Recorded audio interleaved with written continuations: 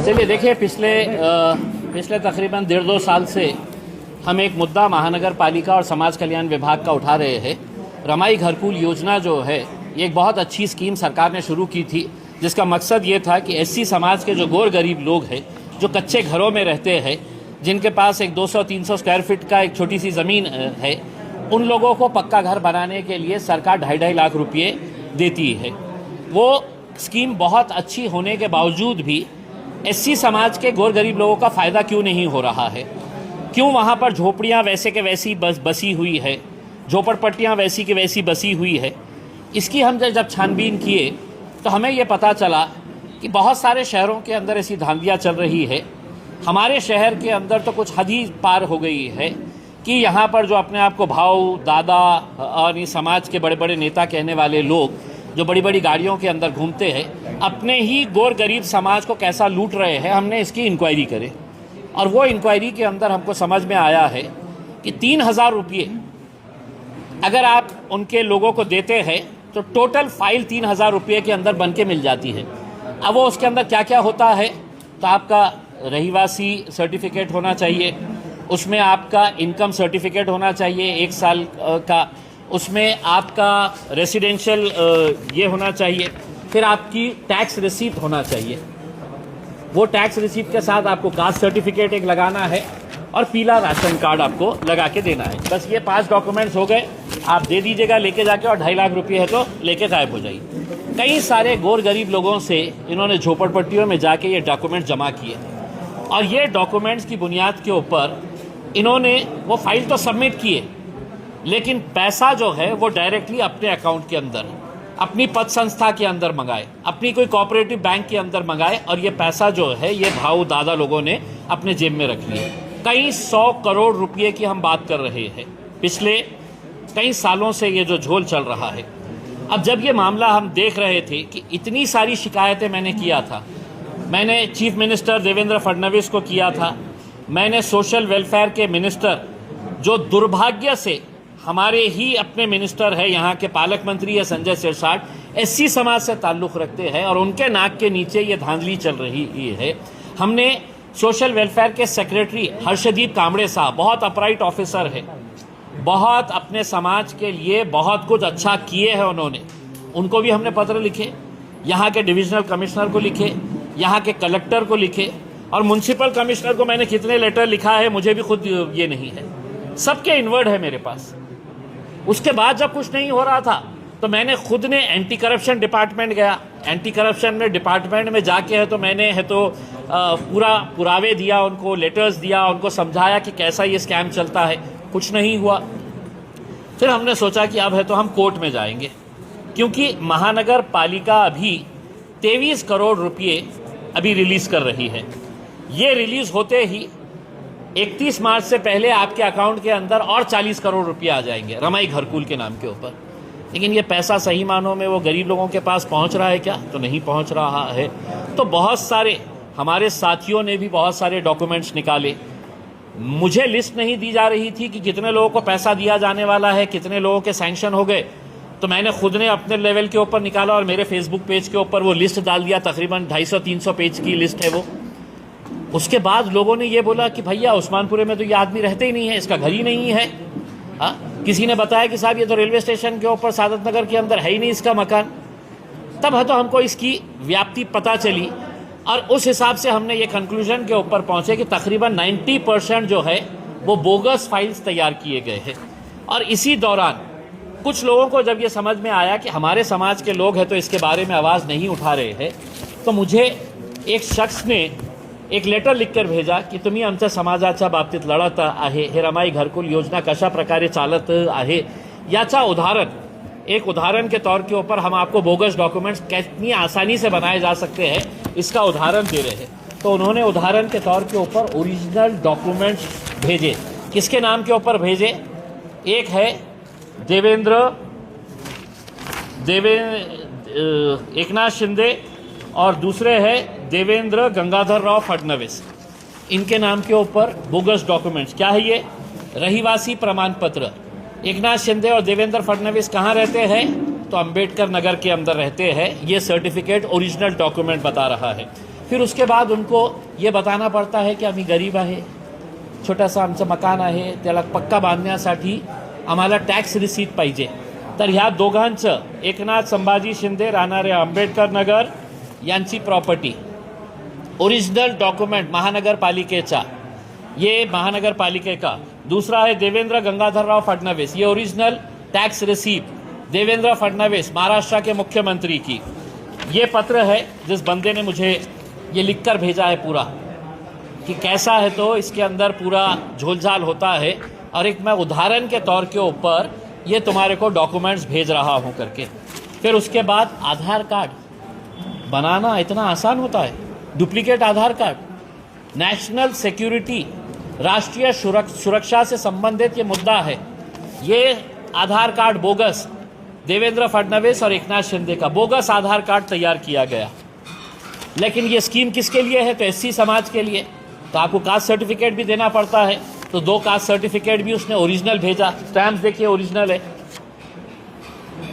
कुछ डॉक्यूमेंट तहसील ऑफिस से निकलते हैं, कुछ कलेक्टर ऑफिस से निकलते हैं, कुछ है तो महानगर पालिका के डिपार्टमेंट से निकलते हैं. 2 कास्ट सर्टिफिकेट, दोनों ही कास्ट सर्टिफिकेट एक देवेंद्र फडणवीस के नाम के ऊपर और एकनाथ शिंदे के नाम के ऊपर, ये बताते हुए कि ये दोनों भी एससी समाज से ताल्लुक़ रखते हैं करके. Ration card bogus, yellow ration card, लगता है ये स्कीम के 2.5 लाख रुपये पाने के लिए. 90% बोगस राशन कार्ड आपको महानगर पालिका के दफ्तर के अंदर मिलेंगे. ये राशन कार्ड किसके नाम के ऊपर बनाया गया है, जूम इन करके देखिए तो आपको पता चलेगा किसके नाम के ऊपर बनाया गया है. एकनाथ शिंदे और इनके परिवार के अंदर इनकी इनकम, अंबेडकर नगर में रहते हैं ये, 90,000 रुपये इनकी सालाना इनकम है. ये सर्टिफिकेट भी है अपने पास. और इनके परिवार के अंदर कितने लोग हैं, जो इनके पीले राशन कार्ड के ऊपर है, तो इनका पूरा परिवार, इनकी पत्नी, इनका बेटा श्रीकांत, इनकी बहू और इनका 4 साल का बच्चा, ये पीले राशन कार्ड के ऊपर ये 2.5 लाख रुपये रमाई घरकुल से उठाने के लिए इनका भी. तो आप देखिएगा कि इतना होने के बावजूद भी पुलिस, सरकार, प्रशासन सब खामोश बैठे थे. तो मैं सोचा कि अब चलिए अब कोर्ट में जाएंगे करके. लेकिन फिर मैंने सोचा कि कोर्ट में जाने से पहले अब ये डॉक्यूमेंट्स है तो जनता के बीच में लेकर आएंगे कि मैं जो चीख कर कह रहा था कि 90% डॉक्यूमेंट जो है वो सब बोगस है. इसका कर्ता धर्ता जो है अंबेडकर नगर का भारतीय जनता पार्टी का, जिसकी पत्नी है, कॉरपोरेटर है भारतीय जनता पार्टी की, कर्ता धर्ता वो है जो मेरे हिसाब से पिछले 2-3 सालों के अंदर नहीं भी बोले तो 75 से 100 करोड़ रुपये सिर्फ अकेले उसके नाम के ऊपर, अकेले खुद ने नहीं रखा है, इसके अंदर वाटअप होता है. महानगर पालिका के ये अधिकारी को इतना जाएगा, साइन करने वाले इसको जाएगा, जेई के पास इतना जाएगा, क्लर्क को इतना जाएगा. ये फिक्स है कि 2.5 लाख में से 70,000 रुपये अपने को महानगर पालिका के अधिकारियों के अंदर बंटवारा करना पड़ता है. 70,000 रुपये. इसके अलावा हमने एक ऐसा डॉक्यूमेंट भी बताए हैं कि जो हाथ से लिखा हुआ है. कभी आपने देखा समाज कल्याण विभाग के अंदर ये भाऊ दादा ये वो जाते, एक क्लर्क वहाँ पे बैठता, बोलता लाओ कितने हैं तुम्हारे नाम, 20 नाम है, नाम बताओ. तो वो नाम लिखता उसके ऊपर. एक नाम के पीछे उसको 3,000-5,000 रुपये आपको देना पड़ता, वो नाम आ जाता है. कभी आपने किसी सरकारी विभाग के अंदर ऐसा देखा है कि इतनी बड़ी यादी हाथ से लिखी हुई और इसके बेसिस के ऊपर पैसा सैंक्शन किया है समाज कल्याण विभाग और महानगर पालिका ने? अब 23 करोड़ रुपया रिलीज होने वाला, आयुक्त ने सुना है, साइन कर दिए है. एक अधिकारी है पिंगड़े मैडम बोल के, पिंपड़े या पिंगड़े मैडम बोल के है, जो अभी नई आई है, उसके ऊपर दबाव डाला जा रहा है. किसकी तरफ से डाला जा रहा है कि जो भारतीय जनता पार्टी के मंत्री है अतुल सावे, उन्होंने आयुक्त को कहा कि ये पैसा जल्द रिलीज करो. संजय सिरसाट साहब ने कहा कि ये पैसा जल्दी रिलीज करो, उसके अंदर हम संभाल लेंगे करके. म्हणजे संभाल लेंगे क्या? अपने बड़े बड़े नेता जो उनके तलवे चाटने वाले हैं उनको पैसा खाने दो. समाज गया चूल्हे में. तो इनके दबाव के अंदर ये सब किया गया. 23 करोड़ रुपये जैसे ही आज और कल के अंदर रिलीज होने वाले थे तो समाज कल्याण 40 करोड़ रुपये और डालने वाला था. मैंने समाज कल्याण अधिकारी से पूछा, मैंने खुद ने फ़ोन करके, आप भी जाके उनसे पूछ सकते हैं कि आपके पास 40 करोड़ रुपया है, आप क्यों नहीं डाल रहे हैं? तो उसने मुझसे कहा कि हमने महानगर पालिका को कहा है कि तुम ये पैसा बांट किसको रहे हैं, उसकी यादी हमारे को दो, हम वो शाहनिशा करेंगे और उसके बाद है तो हम देंगे। तो महानगर पालिका ने बोला कि नहीं अभी हम यादी नहीं, तुम 40 करोड़ रुपये हमारे अकाउंट में डलवा दो। तो ये पूरे जो धांधली है ये सब मिली भगत है, सबके पास पैसा जा रहा है। 23 करोड़ का हिसाब भी मुझे बताया गया है, लेकिन मेरे पास चूँकि पुरावा नहीं है, जो इसका करता धरता है वो सब 23 करोड़ में से कौन से नेता को कितना पैसा जाने वाला है, कौन से अधिकारी को कितना पैसा जाने वाला है, ये सब हिसाब किताब बताया गया है। मेरी उम्मीद ये है कि अब मुख्यमंत्री साहब, असेंबली का सेशन चल रहा है, उसमें इंक्वायरी की, और सादी इंक्वायरी ना करें, आपको स्पेशल इन्वेस्टिगेशन टीम तैयार करना पड़ेगा। SIT तैयार करके इसकी पूरी 5-10 साल की है तो पूरी है तो हिसाब निकालेंगे। तो मेरे हिसाब से SC समाज के भाऊ दादा जो है वो कुछ महीनों के बाद है तो आपको हरसूद जेल के अंदर मिलना चाहिए, क्योंकि अपने समाज के लोगों को साथ उन्होंने जो झोल किया है। इसमें सबसे बड़ा नाम जो आता है, क्या नाम है, महेंद्र सोनवने, अम्बेडकर नगर का कॉरपोरेटर है। एक अधिकारी ने पूरा नाम के साथ दिया है और मैंने ये नामा नहीं बता रहा हूँ, उन्होंने खुद ने बताया है कि महेंद्र सोनवने के 700 फाइल्स है, अरुण बोडे के 300 फाइल्स है, अमित भुईगढ़ के 150 फाइल्स है, और भी कुछ लोगों के नाम बताए हैं। तो जो आदमी थर्ड टर्म का हाँ, जालिंदर शेंडगे है, जितेंद्र कचरू सोनवने है, राहुल सोनवने है, रूपचंद वाघमारे है, ये सब बोगस फाइला बनाने वाले, ये सब बोगस फाइला बनाने के है तो इन्होंने इसके अंदर दिए हैं। तो हमारे घोटाला हो सकता है, कुछ नहीं बता सकते। मैं अभी आपको अगले 15 दिनों के अंदर 65 करोड़ रुपए का बता रहा हूँ। 23 करोड़ रुपए अभी और 40 करोड़ रुपए की लिस्ट तैयार पड़ी हुई है उनके पास। 40 करोड़ रुपए आते ही ये पूरा उसको गिद्ध के जैसा है तो ये कर लेंगे। मैं आपसे चाह रहा हूँ कि आप आयुक्त के पास जाइए और आयुक्त साहब से पूछिएगा कि साहब ये लिस्ट आपने वेबसाइट पे क्यों नहीं डाली। आप आयुक्त साहब से पूछिएगा कि अभी तक है तो इस शहर के अंदर कितने SCs की झोपड़पट्टियाँ हैं, कितने लोगों को घर दिया गया है, कितना पैसा दिया गया है। अगर सही मानों में ये पैसा उनके पास रहता तो आज कोई भी दलित समाज का, SC समाज का हमारा भाई, उसका कच्चा घर नहीं मिला होता आपको, सब पक्के घर के अंदर चले गए होते।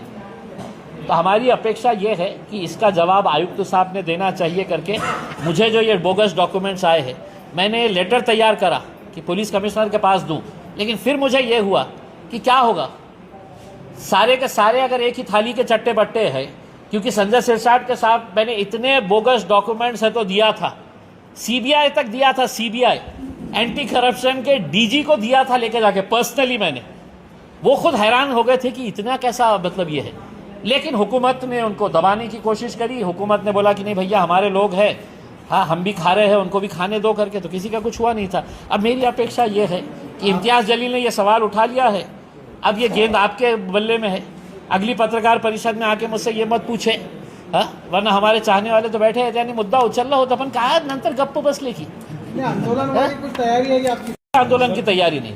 अगर आपने ईमानदारी से अगर अपनी पत्रकारिता को दिखाते हुए इस मुद्दे को अगर आपने अपने कैमरे का इस्तेमाल करते हुए अगर दिखा दे तो किसी को कोई आंदोलन करने की जरूरत नहीं। आंदोलन अब यह है कि जिन्होंने मेरे खिलाफ यही भाऊ दादाओं को पैसा देकर मोर्चा निकाला था एक शब्द के ऊपर, आज उनके पूरे समाज के साथ जो धोखा हो रहा है, मैं उनसे विनती कर रहा हूं, अब एक आंदोलन तुम करो, आओ महानगर पालिका के सामने।